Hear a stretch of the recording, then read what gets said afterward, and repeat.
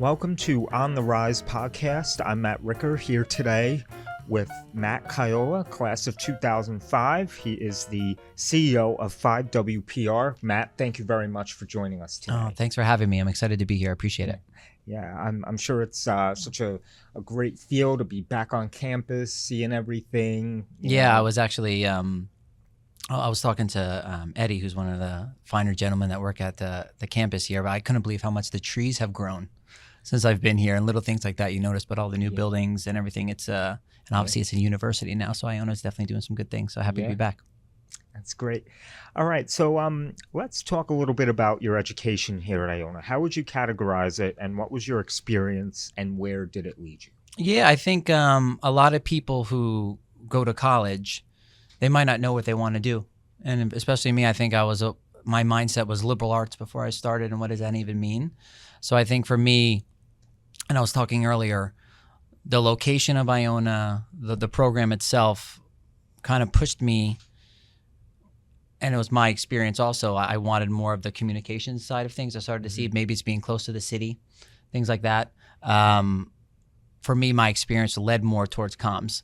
And the program, especially on the communication side of things here, whether you're taking a news reporting and writing class, which was a great class, or you're taking more on the communications in general, or public relations, or advertising, I think just having to taste everything was a great experience for me to figure out, okay, this is where I think I want to go. And even the basic journalism curriculum, everybody thinks they want to be a journalist, but what does that mean? So I think my biggest thing that I took away here was the mass comms program, which kind of made me who I am. I mean, most people, when you graduate, which I was saying earlier, you're really going to go into your field, right? And I think for me, I wanted to say I'm sticking with my field, and I stayed in the mass comm side. That's great. And when you were here, you studied public relations, right? I did. And I minored in political science because you got to do that. Yeah, no, that's, I also minored in political science, and it's great to have that, that background in that too. So let's talk a little bit about your career journey. How did you decide upon your career path, and where did it take you? Yeah, I think that's always the toughest part is you graduate, you get your degree, and then you're like, what do I do?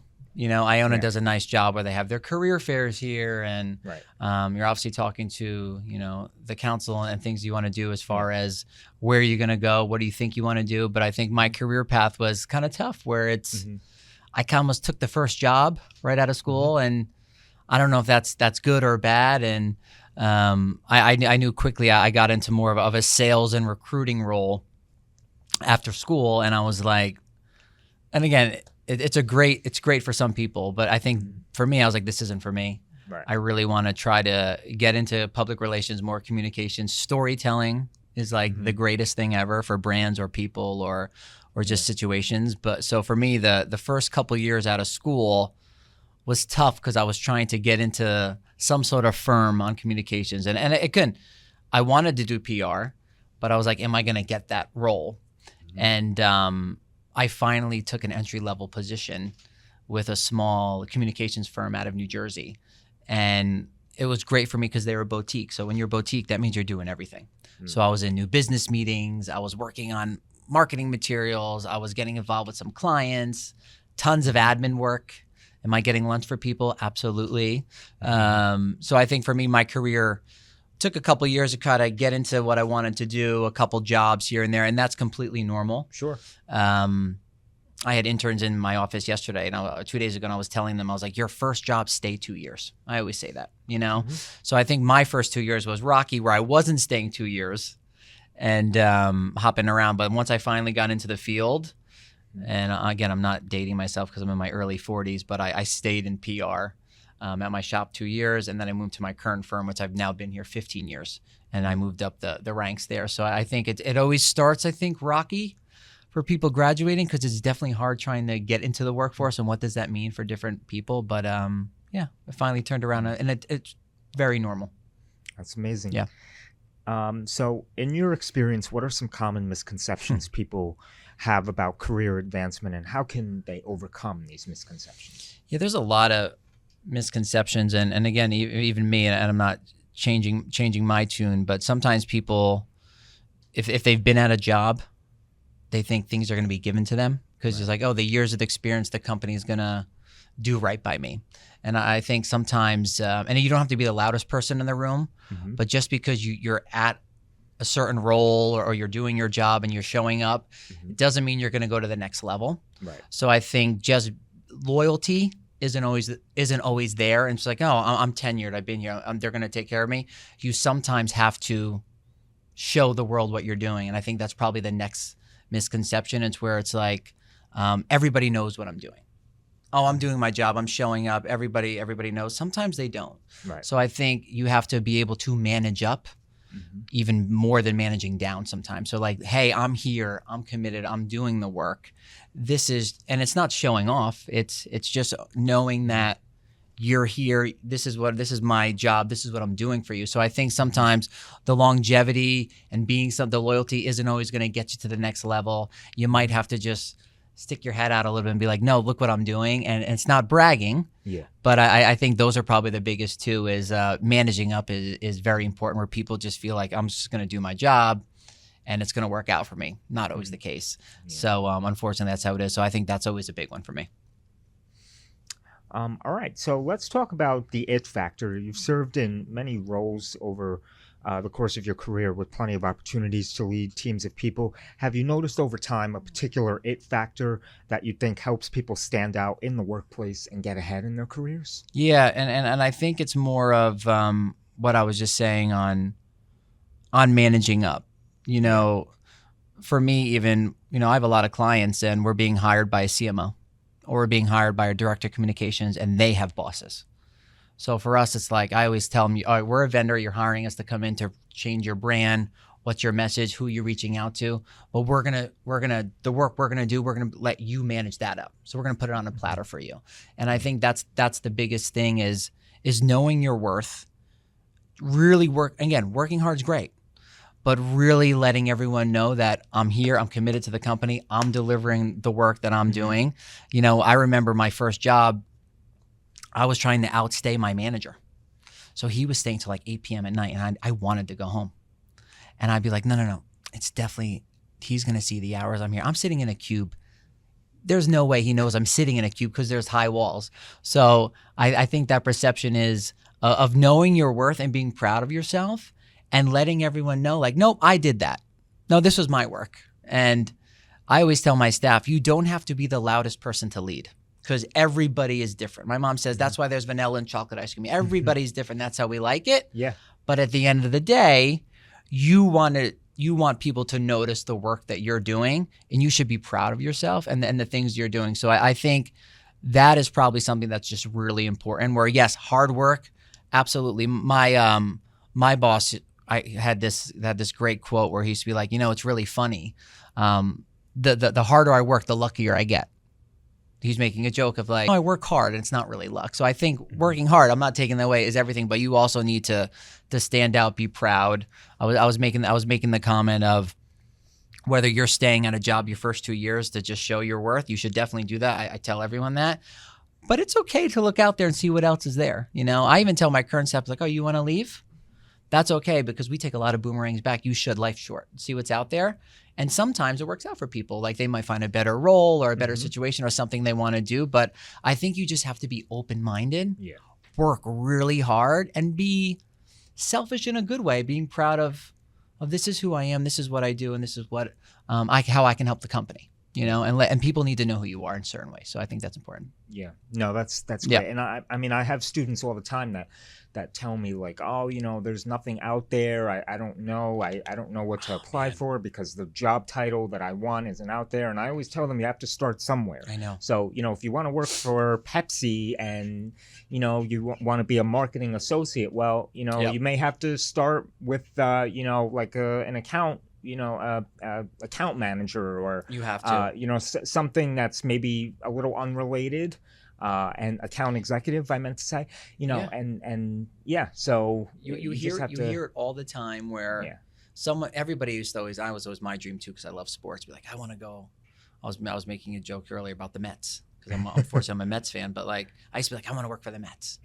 Well, sometimes maybe to get that Mets job you might be working in the stands, serving food and concessions, Right. and then you get in, and then you get on the sales team and you're selling tickets, and then you move into a certain role, and then you get onto the business side of things. So I think if you can get into an organization, and there's a lot of great organizations that train you through different, Bloomberg is a great organization that you get in, they get you in like global customer support, then you leave global customer support, and then you move into another category. Those are great organizations that show you other things you can do entry level. But I think if you can get in, take it. Yeah. And again, it's not going back to what I'm saying. Like my first job, I was a paper salesman. Wasn't for me. I probably wasn't going to do other things doing that. Now you can make a great career in that. But I think if you can get into this type of job overall, like, okay, this is the company I want to be in. It might not be the role I want, but I'm going to get in, do it. Yeah. And keep your head down. And those first 2 years, you don't have to be the loudest person in the room. Try to just show that you're stable enough that, if you were going to leave and go somewhere else, well, I committed. I was at a company 2 years. And I think that goes a long way. Great advice. So let's talk about your time at Iona. What was your favorite memory here? And if you can do it all over again, what would you like to change? Oh, great question. What was great for me? And it's not open anymore. And this is obviously this was off campus. I worked at a great restaurant called Zanero's, and it was in like New Rock City, and I think now it's a Buffalo Wild Wings. But I came to school. I didn't know anyone, and I worked at this restaurant, and there was 40 Iona Gales kids that worked there, and we all obviously were on campus and working. But I'm meeting at the time football players and everyone who's in different categories, but we all worked at this restaurant, and we were all just really goofy, and it was like a funny movie. The management was pretty wild there, and we're always just dealing with stuff, but we all stayed working there all through college.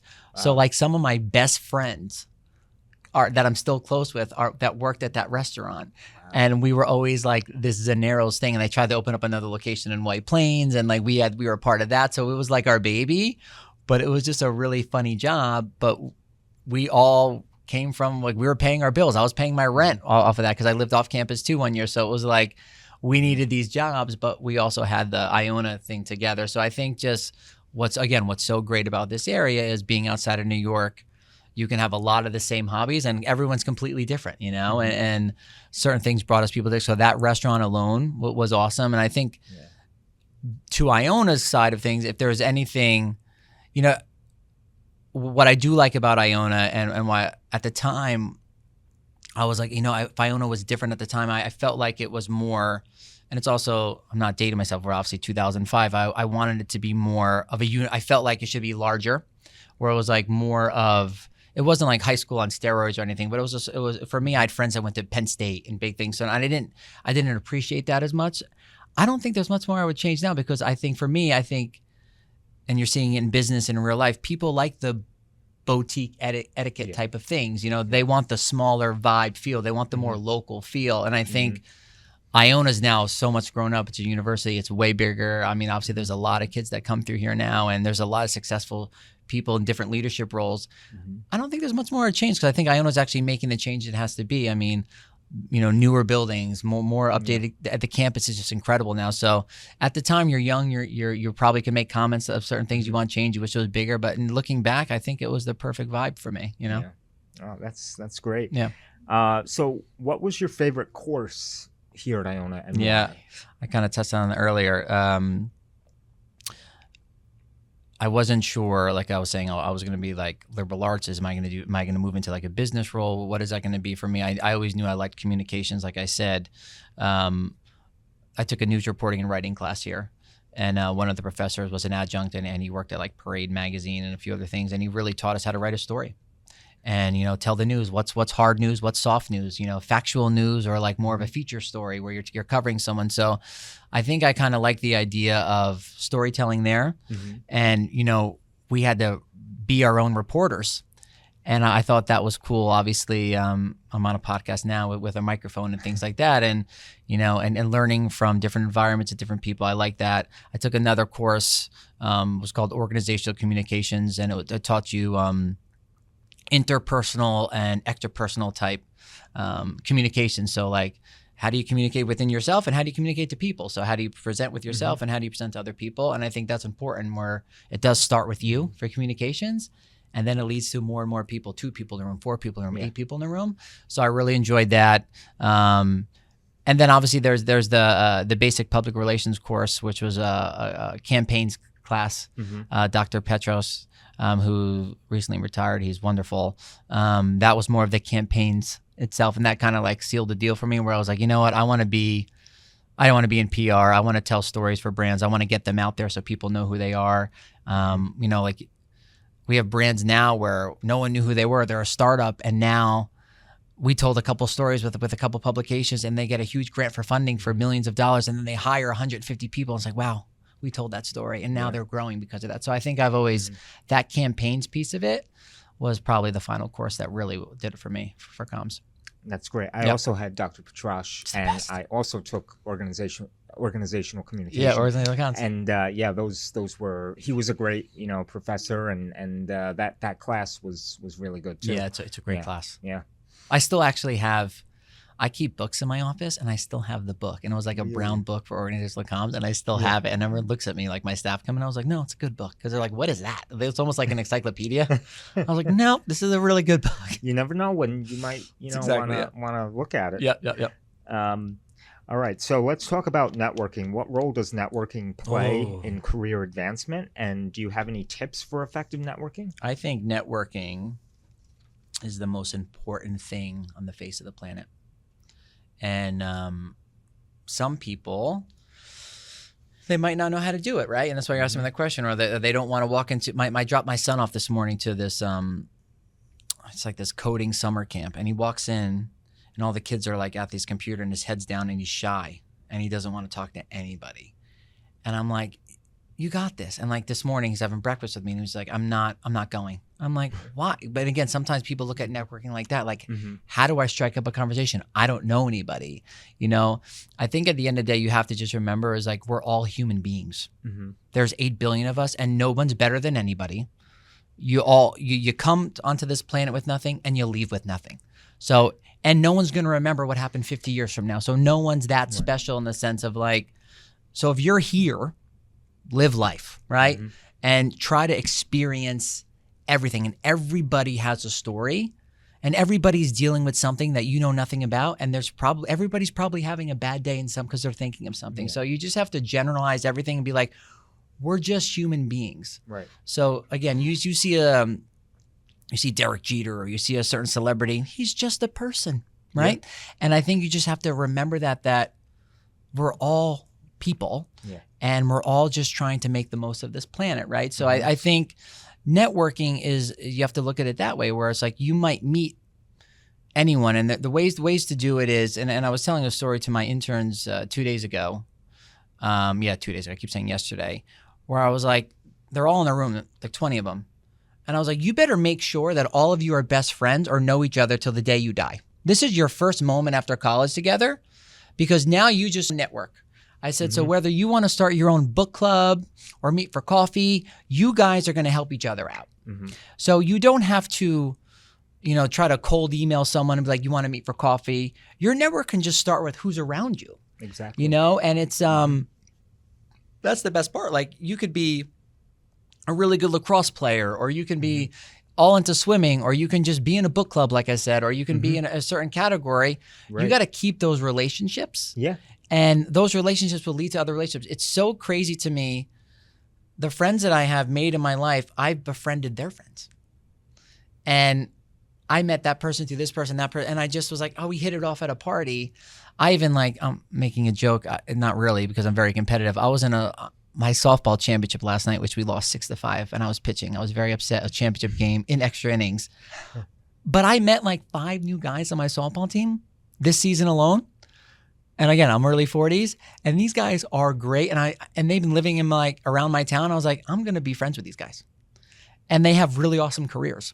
So I think first off, you can meet, and I'm saying in a long-winded way because I speak for hours, you can meet your network. It starts with who you're hanging out with currently, because they all have their own networks. Exactly. And everything you do, you have to remember that you're all in it together. And I do believe if you went to Iona and you graduated from Iona, it's your responsibility to talk to other people from Iona.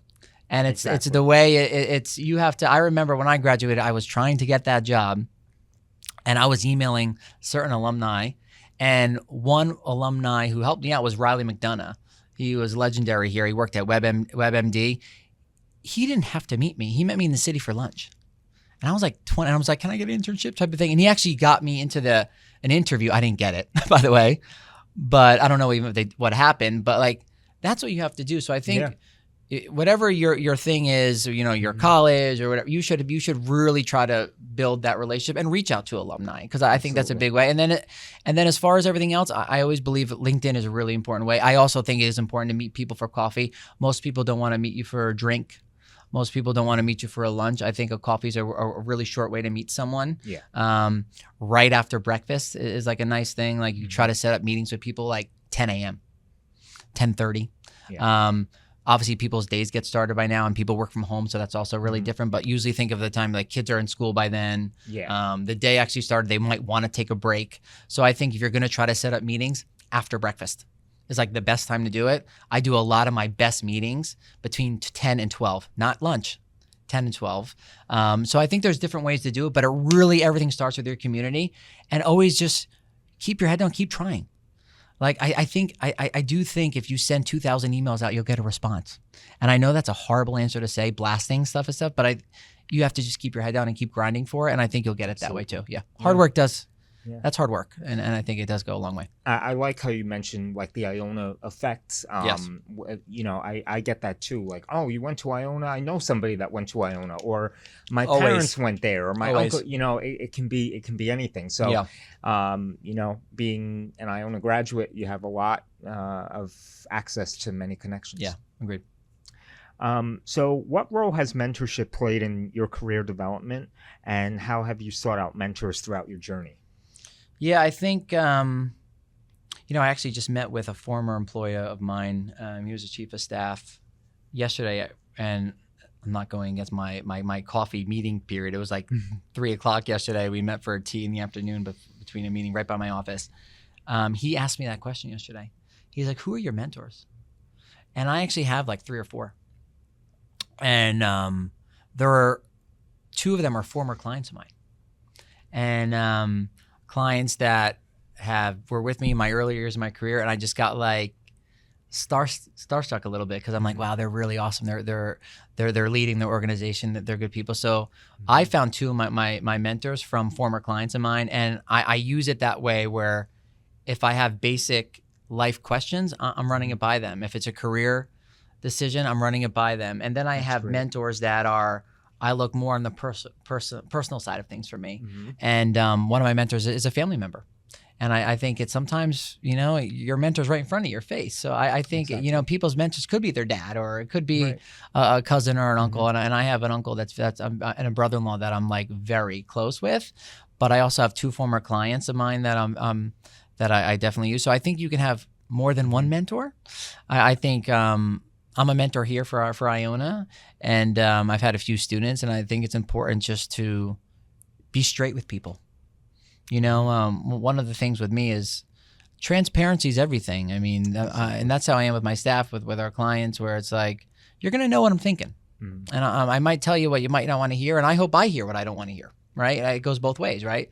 So I think transparency is everything, and the way you manage those expectations after once you get, okay, now how am I going to handle this? So I think I love being a mentor here with some of the students, because I could talk about life with them, and it's more than looking at their resume and what courses should they be taking or where they should be going next. But it's like, let's talk about life, and like, what do you want to do for your goals? And I think if you just dumb a lot of it down and just be a normal human being and talk about your wins and your success along the way, what you learned, because again, everybody makes mistakes. I make mistakes every day. And I think that's what you have to realize. And I think it goes a long way when you're mentoring people. Yeah. No, that's great. Yeah. And now speaking of mentoring, tell us a little bit about your experiences with Girls Go Further. Yes, I'm jumping ahead on you, apparently. It's okay.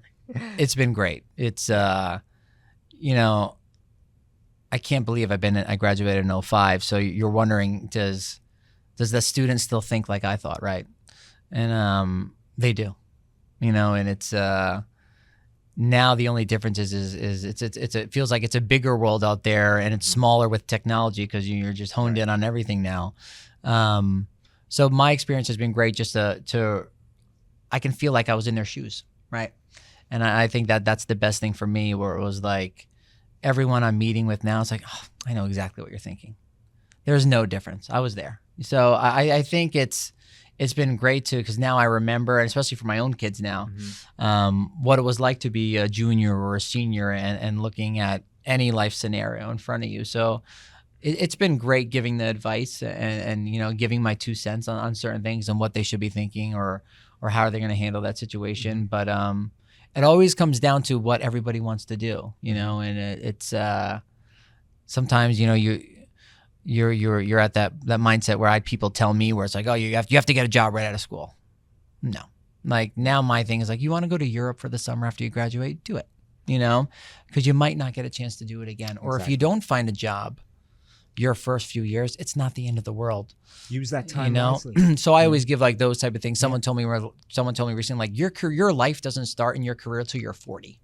You should be experiencing and learning things from 20 to 30 and having, you know, and then like, because life, it's a long life actually, if you really think about it. So I think I love just giving that type of advice. So it's fun for me to work with the students for sure. That's great. Yeah. So looking back, is there any advice that you wish you had received earlier in your career that you would like to pass along to others?